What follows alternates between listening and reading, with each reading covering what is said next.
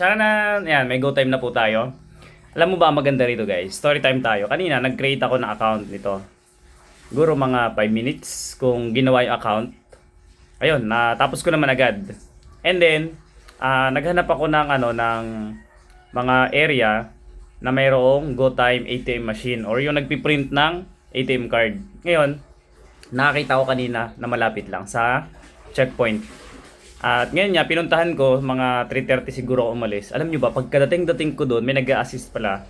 In-assist ako, wala pang 5 minutes, parang 3 minutes lang, lumabas agad yung card. Ang maganda nito, may pangalan sa likod, nakapangalan sa akin. So, hindi ko napapakita kasi may mga details yung likod. Ito lang yung papakita ko sa inyo, GoTime. Alam mo, ang maganda rito guys, napakabilis kunin at libre, walang bayad. Noong una, gusto ko i-try sa Maribank. Tama ba, Maribank yun? Kaso, maghantay pa na ilang araw bago dumating yung ATM card.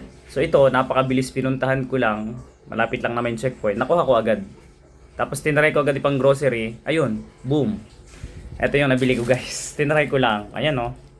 And then, Sunrocks, panlaba. Alam nyo na, hanggalaba tayo. Ayun oh. Hindi makita yung Sunrocks. Saran, ayan.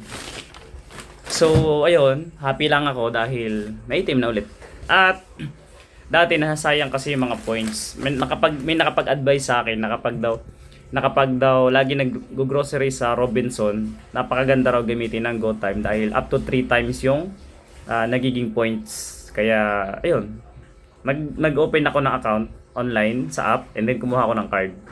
Yung Maribank naman, parang automatic siya, 1% any store, convenience store man yan or supermarket, 1%. Pero ito, panalo daw to pag mga Robinson store o supermarket. Kaya, yun. Ito na lang muna pinili ko. Saka na ako mag-Maribank. Kaya kung gusto nyo rin guys, at nasa Kalamba kayo, ang pinakamalapit siguro ay yung sa checkpoint. Makikita nyo po doon yung Robinson. Kalapit po ng Kalamba Doctors Hospital. At, tama, Kalamba Doctors Hospital. At kung kayo po maghahanap ng referral code, wala po kayong makikita ng referral code sa mga kaibigan nyo dahil ang nagbibigay ng referral code yung mga agent or ano bang, hindi ko lang kung tawag sa kanila, sales or agent na nag-a-assist, or pwede kayo mag-search sa online yung mga content creator. Nagtanong ako sa customer service, bakit walang referral code yung account ko? Ang sabi, selected lang daw yun, yung offer nila. Yun daw ay para lang sa mga staff or sa mga agent sa sales and then sa mga content creator na nag-apply. So kung gusto nyo mag-promote ng GoTime, kailangan nyo mag-apply muna. Ako, sabi ko, content creator ako kahit di sikat. Kailangan ko daw mag-email dun sa nila marketing. Hindi na ako nag-email. Okay na ako dito. Ayun. So baka kasi magtaka kayo bakit walang referral code. Pero titingnan ko pa kung pumasok na yung 100 pesos na referral bonus. Bye-bye. Yung sign up bonus ha. Bye-bye guys. So yun lang. Na-share ko lang.